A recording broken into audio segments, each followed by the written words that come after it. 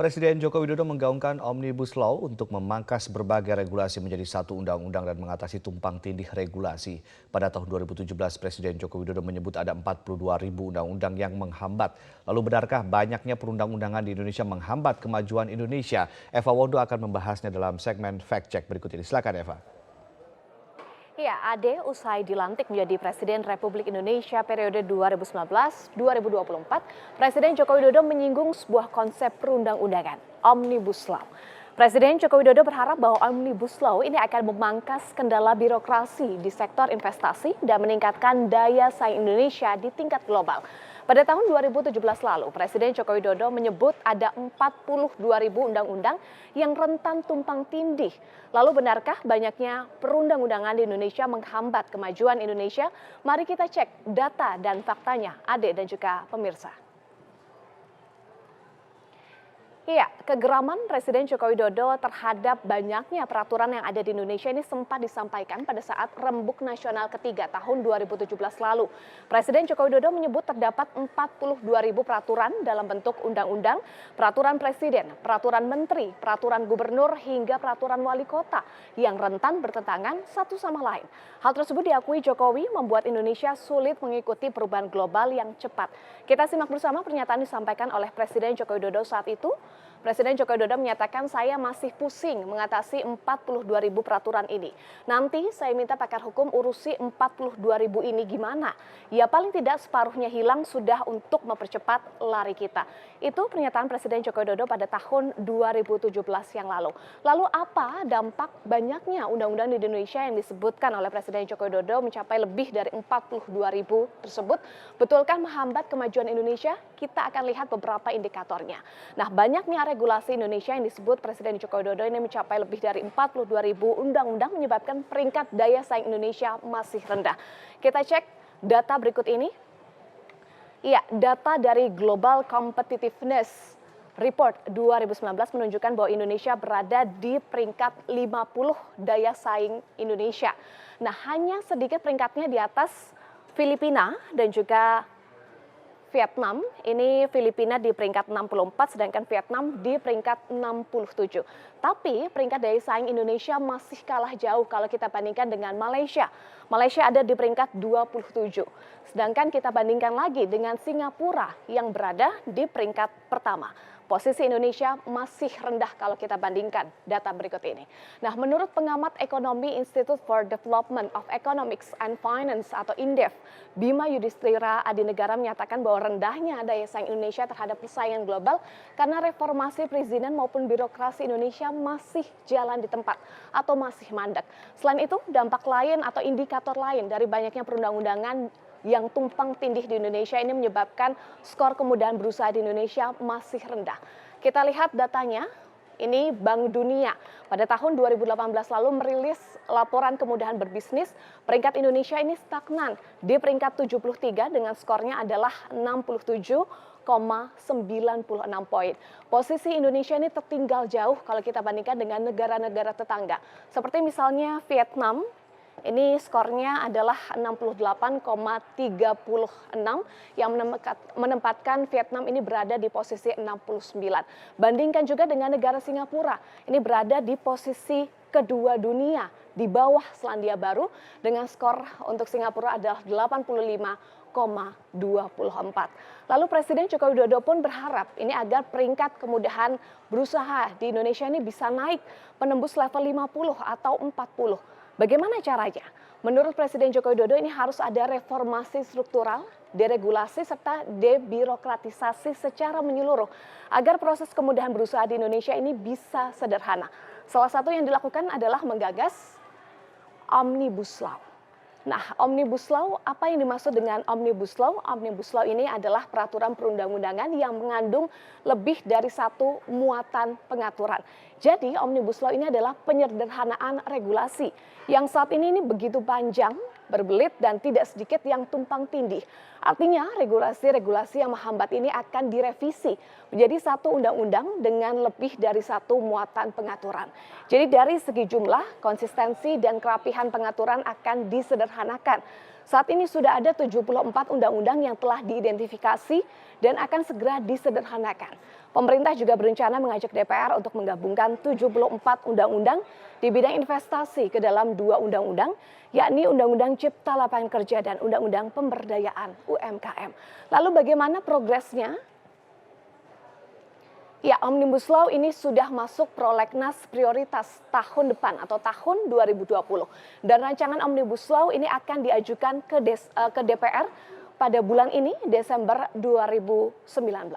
Nah, dalam jangka waktu 100 hari atau Desember 2019 ditargetkan naskah akademik atau NA dan rancangan undang-undang kedua undang-undang tersebut sudah selesai disusun.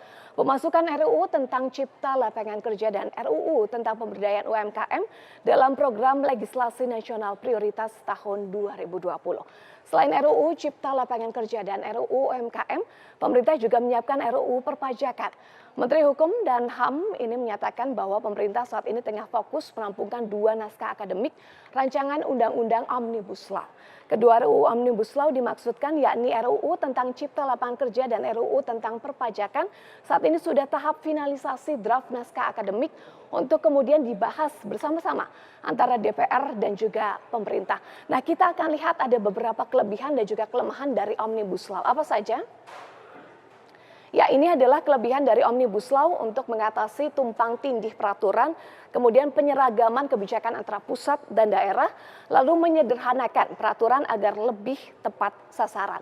Tapi ada juga nih beberapa kelemahan dari Omnibus Law menurut sejumlah pakar hukum tata negara. Kelemahannya yakni kedudukan undang-undang dari konsep Omnibus Law belum diatur, dan yang kedua adalah batas waktu 100 hari tidak cukup untuk menyatukan 74 undang-undang.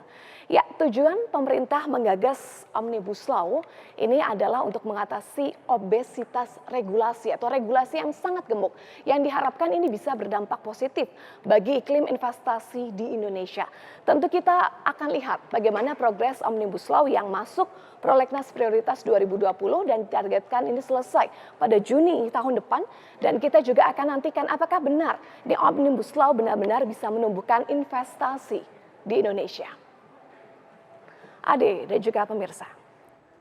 Baik, terima kasih Eva Wondo atas paparan dan juga data yang Anda sampaikan kepada kami dan juga pemirsa. Pemirsa, untuk membahas terkait dengan Omnibus Law, kami telah bersama dengan pengamat hukum tata negara Atang Iriawan yang bergabung dari Gedung DPR RI. Selamat siang Pak Atang. Selamat siang Pak Ade.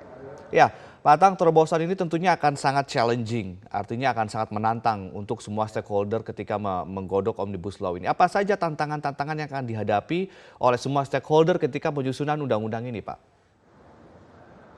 Ya, yang pertama saya kira banyak orang melihat ini hanya dalam perspektif diksi aja ya, atau terminologi Omnibus Law. Nah, sehingga ini kemudian menjadi alergi. Nah, sebetulnya itu juga sudah dipraktekkan dalam pembentukan peraturan perundang-undangan di kita. Gitu. Nah, paling tidak yang paling penting adalah mindset yang sama antara pemerintah, eksekutif dengan legislatif. Karena proses tahapan sekarang kan sebenarnya kita masuk pada proses tahapan di prolegnas, begitu. Mindset ini harus ketemu begitu, atau political will lah antara organ yang diberikan original function oleh Undang-Undang Dasar untuk membentuk undang-undang. Gitu. Oke. Yang ingin Anda katakan berarti tantangannya adalah political will baik dari pemerintah atau mungkin dari DPR sendiri. Nah, kalau dari DPR sendiri menurut Anda apakah akan ada hambatan dari sudut pandang political will ini? Ya, perspektif tadi yang saya katakan bahwa apakah Omnibus Law itu dianggap sebagai jenis peraturan perundang-undangan atau dianggap sebagai sebuah metode. Kalau dianggap sebagai sebuah jenis peraturan perundang-undangan tentunya tidak ada memang di dalam Undang-Undang 12 2011 pasal 7 terkait dengan jenis peraturan perundang-undangan itu. Tapi kalau ketika perspektifnya adalah metode, di Undang-Undang 12 2011 itu ada juga karena peraturan perundang-undangan juga harus melalui harmonisasi dan sinkronisasi. Nah, salah satunya Omnibus Law itu adalah dia teknik melakukan harmonisasi dan sinkronisasi untuk menghindari adanya obesitas atau banyaknya peraturan perundang-undangan sehingga berimplikasi chaos di antara peraturan perundang-undangan. Gitu. Oke, jadi ini artinya ini juga sebagai pencerahan kepada publik, Pak Atang. Artinya ke depan akan ada 1 atau 2 undang-undang yang kemudian lahir untuk kemudian menjadi undang-undang sapu jagat atau seperti apa sih sebetulnya? Ya, sebetulnya kan kalau kita lihat dari terminologi dan juga praktikal di beberapa negara bahwa Omnibus Law ini akan dijadikan sebagai undang-undang yang implikasinya adalah karena dia menggabungkan berbagai macam materi sehingga implikasinya akan terkait dengan beberapa pembatalan peraturan perundang-undangan. Meskipun belum tentu satu undang-undang dibatalkan, bisa aja pasal, ayat, bab, paragraf dan sebagainya begitu. Baik. Nah, kalau kita lihat dalam praktik di Ya, Pak, lanjutkan Pak Tatang. Kalau kita lihat di praktik di Indonesia misalnya, yang terkait dengan penyederhanaan peraturan perundang-undangan juga sering banyak dilakukan. Contoh yang terakhir misalnya Undang-Undang 23 2014 tentang pemerintahan daerah. Dia juga melakukan penyederhanaan dan membatalkan beberapa peraturan perundang-undangan. Di dalam misalnya dalam pasal 409 di dalam ketentuan penutup undang-undang itu mengatakan bahwa peraturan tentang perusahaan daerah itu dibatalkan. Kemudian juga peraturan 32 2004 tentang Pemda dibatalkan.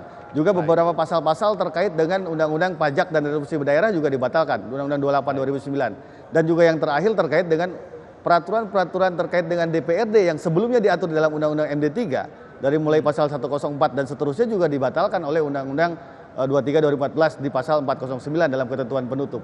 Jadi sebetulnya kalau dalam konteks teknis ini sudah terjadi, sudah dilakukan. Kalau ke belakang lagi bahkan ada yang bombastis misalnya TAP MPR.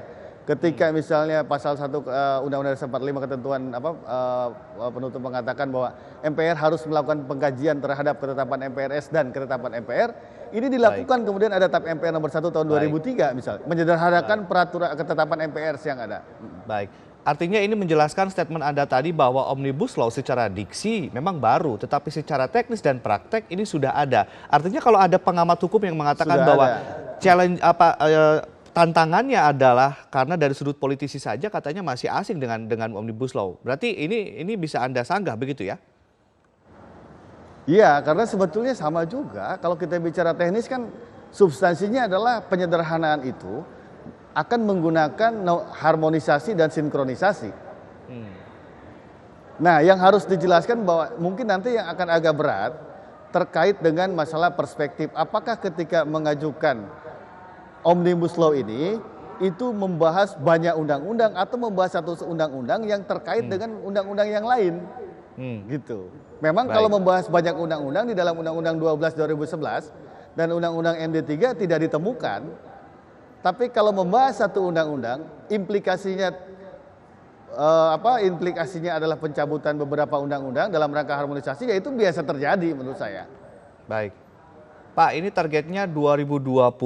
Tetapi karena ini juga kaitannya juga dengan urusan investasi, bisnis, tenaga kerja. Artinya partisipasi publik seluas-luasnya serta kelompok-kelompok yang terlibat juga harus dilibatkan begitu sehingga kemudian perangkat hukum ini akan menjadi holistik. Artinya akan terjadi dengar pendapat dari sejumlah stakeholder dan ini akan memakan waktu yang cukup lama. Pertanyaannya adalah apakah target ini realistis menurut Anda? Ya saya kira begini, yang pertama adalah tergantung juga dari pemerintah apakah dalam rangka melakukan harmonisasi dan sinkronisasi ini sudah menjawab beberapa problem terkait dengan tumpang tindih atau obesitas peraturan perundang-undangan. Itu satu. Yang kedua, kalau bicara sosialisasi dan sebagainya sebetulnya juga sudah di-cover oleh Undang-Undang 12 2011. Baik mulai dari perumusan prolegnas maupun pada saat pembahasan rancangan undang-undang dan pada saat penetapan undang-undang harus disosialisasikan. Itu menjadi kewajiban konstitusional dan hak fundamental bagi rakyat dalam rangka memberikan aspirasi dan partisipasi publik terhadap peraturan perundang-undangan kan begitu. Nah sehingga kalau melihat hal yang semacam itu menurut saya juga bisa saja rasional. Hanya yang paling penting apakah pemerintah mampu melakukan harmonisasi 74 undang-undang ini dengan catatan yang penting tidak hanya deregulasi tetapi juga harus melakukan debirokratisasi. Baik. Nah, menurut Anda berapa banyak atau berapa persen undang-undang yang bisa disederhanakan? Karena Presiden Jokowi sendiri menyebut ada 42.000 undang-undang. Ya, 42.000, ada juga yang menyebutkan 62.000. Nah, saya kira memang salah satu kendalanya adalah kalau kita mau menggabungkan berbagai macam materi dan sistem, maka memang akan membutuhkan cukup waktu yang lama. Sama seperti beberapa negara saya kira ini juga terjadi. Atau yang monumental misalnya di Finlandia itu sampai 5.225 ketika Omnibus Law itu ditetapkan berakibat pada pembatalan terhadap peraturan perundang-undangan, kan begitu. Baik. Kalau 74 saya kira dengan klaster yang 11 materi yang sudah dirumuskan oleh pemerintah, saya kira bisa target tercapai lah. Dalam konteks ini ya, prolegnas ya. Baik, baik. Terima kasih Pak Atang Iriawan telah bergabung bersama kami. Atang Iriawan, pengamat hukum tata negara bergabung bersama kami langsung dari gedung DPR RI.